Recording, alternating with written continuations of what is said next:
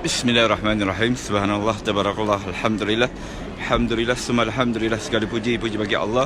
Ini adalah raudhah, taman-taman syurga yang Nabi sebut. Ma baina baiti wa mimbari raudhatan min riyadil jannah. Di antara rumahku, rumah Nabi rumah baginda Nabi sallallahu alaihi wasallam dan juga mimbarnya di sana, ya, adalah merupakan taman-taman syurga.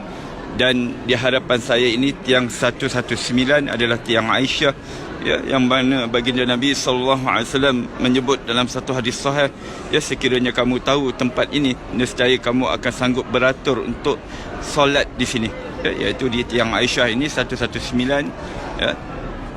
Dan ini adalah tiang Abi Lubabah, tiang Taubat. Dan sekarang saya menuju ke makam baginda Nabi SAW untuk memberi salam kepada Rasulullah. Dan percayalah, baginda Nabi, ya, akan menjawab salam kita, ya. Kita ditegah untuk meninggikan suara di hadapan baginda Nabi sallallahu alaihi wasallam. Ketika memberi salam kepada baginda ini, kita perlu merasai, menjiwai bahawa, ya, Nabi mendengar salam daripada kita umatnya.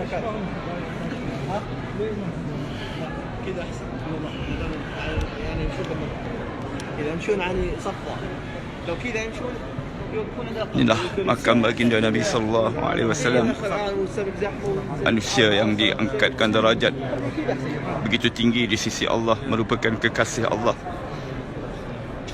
Assalamu alayka ya Rasulullah, assalamu alayka ya Habiballah, assalamu alayka ya Nabi Allah, assalamu alayka ya Rasulullah, assalamu alayka ya Habiballah, assalamu alayka ya Nabi Allah.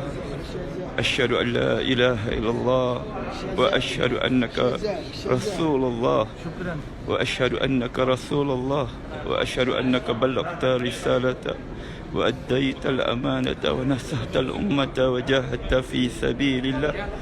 Fasalla alaika Allah salatan daimatan ila yaumiddin. Allahumma atil fadilah wa darajatan rafi'ah wa ba'athu maqamah mahmudan alladhi wa'adta innaka la tuhliful mi'ad.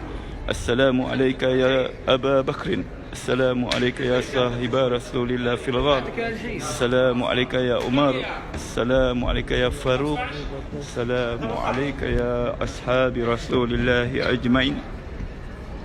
Alhamdulillah, selesai daripada menziarahi baginda Nabi sallallahu alaihi wasallam dan sahabatnya Abu Bakar dan Umar Khattab. Dan ini adalah Babul Baqi', yang mana, tuan-tuan, ya, ini adalah rumah Aisyah. Dan di sebelah rumah Aisyah ini, yang mana di belakang rumah Aisyah adalah rumah Fatimah, ya. Dan di sini dulu adanya rumah-rumah ataupun bilik-bilik yang dikenali sebagai hujurat, iaitu rumah-rumah isteri-isteri baginda Nabi SAW. Dan di depan sana adalah perkuburan Baqi', yang mana di dalam perkuburan Baqi' itu terdapatnya makam-makam isteri-isteri Rasulullah SAW, anak cucu baginda Nabi, ya, sahabat-sahabat Nabi SAW. Ada hampir lebih kurang 10,000 orang. Dan juga khalifah yang ketiga, iaitu Sayyidina Uthman, juga berada di dalam Baqi'. Ketika baginda Nabi SAW, Nabi hidup dulu, ya, bila Nabi berkelapangan, sebelah malamnya Nabi akan pergi ke Baqi'. Daripada rumah Nabi ini, ya, dan rumah Nabi yang lain, iaitu di sebelah-sebelahnya juga, yang dikenali sebagai hujurat. Bila Nabi ada kesempatan, maka Nabi akan berjalan sebelah malamnya ke perkuburan Baqi' untuk mendoakan keampunan untuk ahli Baqi'.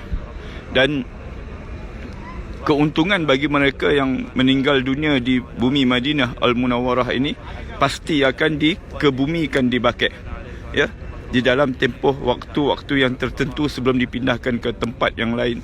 Dan kelebihan mereka yang meninggal di bumi Madinah ini, sebagaimana hadis sahih baginda Nabi SAW menyebut, man istata'a minkum ay yamut fil Madinah falyaf'al fa inni syafi'un yaumal qiyamah. Sesiapa yang mampu untuk mati di Madinah ini, maka berbuatlah demikian kerana aku memberi syafaat kepada orang yang mati di Madinah. Mereka yang mati di Madinah, tuan-tuan, adalah merupakan pilihan Allah. Mereka yang dipilih oleh Allah Subhanahu Wa Taala. Ya.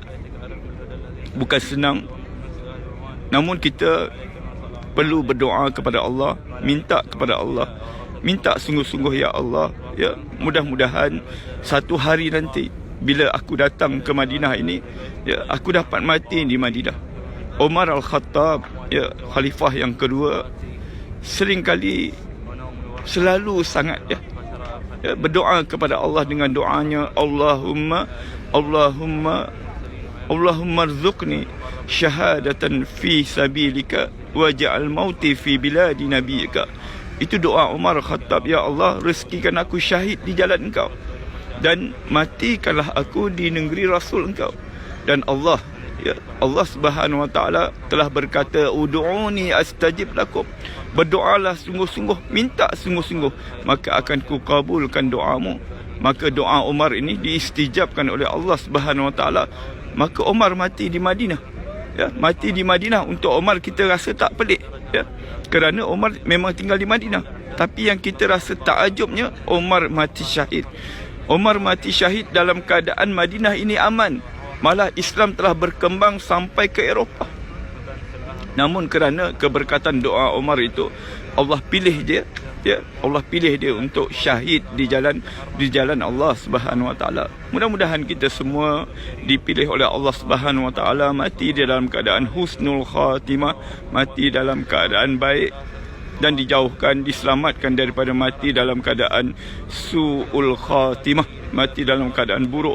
Kerana kejayaan manusia adalah matinya dalam keadaan husnul khatimah. Kita hidup di dunia ini walaupun kita ni hebat, mempunyai pangkat yang besar, mempunyai kekayaan, malah kalau kita ni pun orang ibadatnya hebat, tapi kalau ditakdirkan kita ni mati dalam keadaan su'ul khatimah, kalau kita mati dalam keadaan su'ul khatimah, maka binatang anjing itu lebih mulia daripada kita, tuan-tuan. Na'udzubillah min zalik.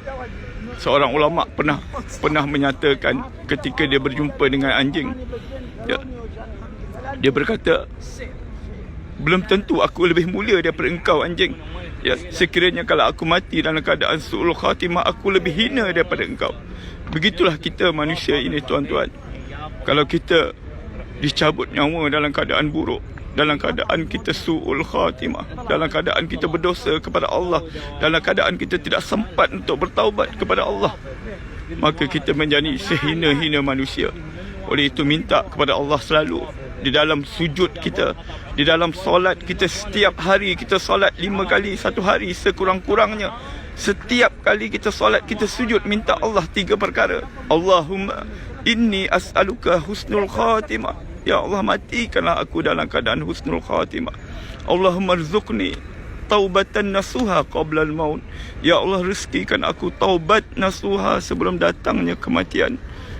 Allahumma ya muqallibal qulub sabbit qulubi ala iman wa ala ta'atika. Wahai Allah yang memegang hati, ya, tetapkanlah hatiku dalam iman dan taqwa.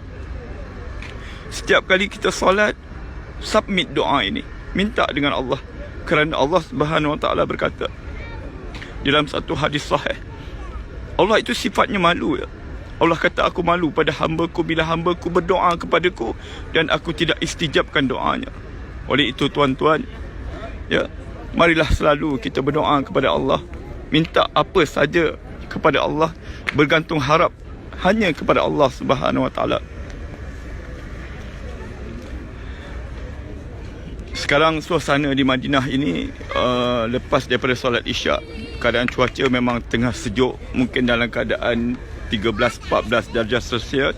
Namun alhamdulillah, rasa sangat-sangat tenang di bumi Madinah ini, yang mana ketenangannya memang kita tak dapat rasa di tempat-tempat yang lain. InsyaAllah, ya, yang mana belum pernah sampai di bumi Madinah Al-Munawwarah, submitlah doa, minta dengan Allah, ya, minta dengan Allah. Kalau kita ini tak ada duit, tak ada kemampuan daripada sudut keuangan, minta kepada Allah hadiah, minta hadiah daripada Allah, ya. Allah itu maha kaya, tuan-tuan.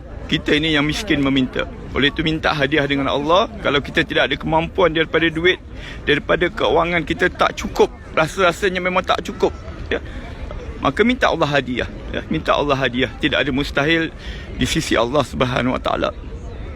Saya dah buktikan, ya. Saya dah buktikan, pernah ajar orang dan telah termakbul doanya dengan hanya minta hadiah daripada Allah. InsyaAllah saya akan kongsikan kisah seorang lelaki pakcik ini yang telah dihadiahkan oleh Allah, ya, datang ke bumi Mekah, ya. Sedangkan pakcik ini tak bekerja pun. Jadi insyaAllah kita kongsikan di lain masa, di lain waktu.